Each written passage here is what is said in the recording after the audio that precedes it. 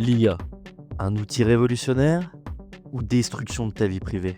Eh ben écoute, aujourd'hui c'est assez difficile à dire. On est encore au début de l'ère de l'IA et aujourd'hui je suis sûr que toi aussi tu t'en sers. On s'en sert pour les mails, pour nous aider à débuter un projet, pour certains réaliser même des projets complets. En réalité, il n'y a pas vraiment de mauvaise manière d'utiliser l'IA. Simplement l'idée est de comprendre son fonctionnement et quelles informations tu peux lui donner. Alors déjà, depuis la sortie de l'IA, on voit qu'il y a une réelle avancée. L'IA n'est pas du tout la même que celle qu'elle était au début. Et c'est pas vraiment plus mal. Mais il y a quelques subtilités que tu dois savoir quand tu utilises l'IA. Toi, je me doute que tu l'utilises pour rédiger tes mails, corriger tes fautes d'orthographe, ou alors commencer un projet sur lequel tu n'arrives pas à commencer. Le problème n'est pas tant que tu lui fais rédiger des mails, ou alors que tu corriges tes fautes d'orthographe avec l'IA.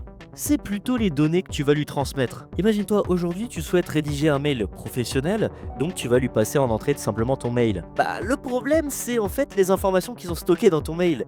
Est-ce que tu as le nom de ton directeur? Est-ce que tu as ton propre nom? Est-ce que tu as le nom d'une information que tu ne souhaites pas transmettre à tout le monde? Certes, l'IA est basée soi-disant sur la sécurité et sur le fait qu'elle n'enregistre pas tes données. Mais est-ce que c'est vraiment réel? En réalité, si je fais cette vidéo, tu t'en doutes un peu, c'est que c'est plus compliqué que ça. Alors, on va partir du principe que tu utilises l'IA de façon globale et que tu lui transmettes n'importe quelle donnée. Alors, entre mythe et réalité, je vais te montrer dans cette vidéo ce qui est réel. Toutes les informations que l'IA garde sur toi et ce qu'elle peut transmettre à n'importe qui. Alors, dans un premier temps, regardons le problème du code de l'IA. Qu'est-ce qui fait qu'elle transmet potentiellement tes données? Alors, dans le milieu de la cybersécurité, on va appeler ça le prompt injection. Le fait de lui faire révéler des données qu'elle n'est pas censée révéler. Donc, en général, une IA a pour objectif de sécuriser tes données. Donc, elle a une valeur prédéfinie qui va lui empêcher de révéler cette donnée précise.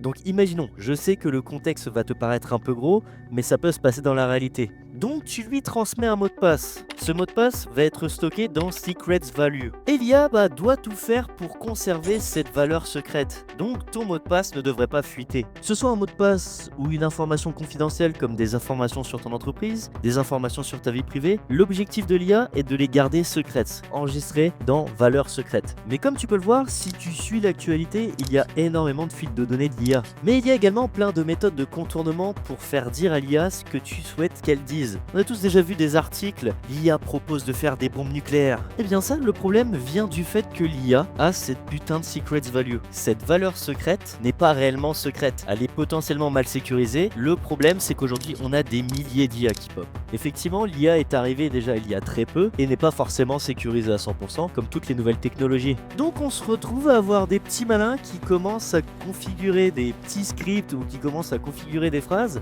pour essayer de bypass cette sécurité de l'IA. Et on te promet, je ne révélerai jamais ton secret. Et du coup, je te montre le code d'une IA naïve. Dans ce code, toutes les informations qui sont censées être gardées secrètes sont stockées dans Secrets Value. Bon là, j'ai pas codé une IA de A à Z, mais c'est pour vous montrer un petit peu l'exemple. Donc, elle va demander à ChatGPT des informations simplement pour avoir son cerveau. On va pas recréer le cerveau de A à Z, mais son objectif, c'est de garder ta valeur secrète. Et nous, on va essayer de lui faire dire. Bon là, de la manière la plus simple, tu as simplement à mettre les lettres à l'envers et il te révélera son secret. Bon, j'avoue, ça se passe pas comme ça vraiment sur ChatGPT par exemple. Mais ce que tu dois comprendre, c'est que l'objectif d'un hacker, c'est de bypass toutes les sécurités. Que ce soit par le biais de mettre des phrases dans le désordre, faire appel à quelqu'un pour bypass la sécurité aussi. En fait, quand un hacker bypass une sécurité, c'est simplement son imagination dans un premier temps qui va parler. Et ensuite, toutes les méthodes qu'il va utiliser pour contourner cette sécurité. Pour que tu comprennes bien, on va imaginer tout ça. Donc imagine l'IA dans un premier temps dans sa façon la plus simple avec ce code là et là on va imaginer du coup son cerveau qui a été instancié par plusieurs méthodes mathématiques et ensuite arrive le résultat, donc ce qui va t'afficher à l'écran. Et je suis sûr que tu as déjà entendu parler des gens qui savent manipuler le cerveau. Bah toi ton objectif c'est un peu d'hypnotiser l'IA.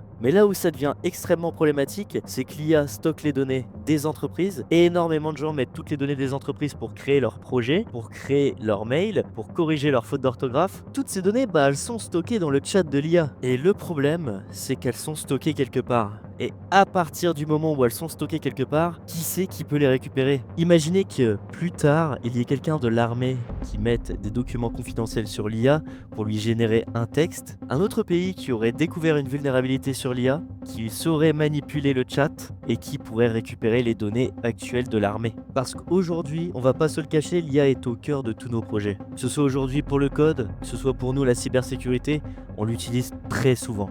Donc c'est aussi dangereux pour toi, pour ton entreprise, pour ta vie privée et pour un pays. Donc maintenant tu voudras potentiellement aller plus loin et comprendre un petit peu plus ce domaine complexe. Aujourd'hui tu as une plateforme qui s'appelle Gandalf et cette plateforme, tu as plusieurs niveaux. Et sur ces plusieurs niveaux, la sécurité est à chaque fois plus pointue. L'objectif, c'est toujours de récupérer son mot de passe. Et vous allez voir qu'au début, c'est simplement lui demander son mot de passe. Et au fur et à mesure, va falloir mélanger les lettres, jouer avec la sécurité, parfois utiliser des emojis pour récupérer le mot de passe. Donc pensez bien que l'IA est obligée de stocker les données quelque part. Et si elles sont stockées, quelqu'un peut les récupérer. Je vois également beaucoup de jeunes qui aujourd'hui utilisent l'IA comme finalité. Et c'est ça le problème. S'il vous plaît, arrêtez d'utiliser l'IA comme une finalité. Bon écoutez, j'espère que cette vidéo vous a plu. Je traite de plein de sujets comme ça différents sur ma chaîne, n'hésitez pas à aller voir mes autres vidéos. Si vous êtes intéressé pour aller plus loin dans l'exploitation de l'IA, vous pouvez toujours aller sur le site Gandalf et faire l'exploitation que je vous ai expliqué dans cette vidéo. Ou alors tu peux me retrouver lors de mes lives, on poussera ces bases un petit peu plus loin. En tout cas, moi je te souhaite une bonne journée, une bonne soirée, une bonne après-midi et on se retrouve pour une prochaine vidéo. Ciao.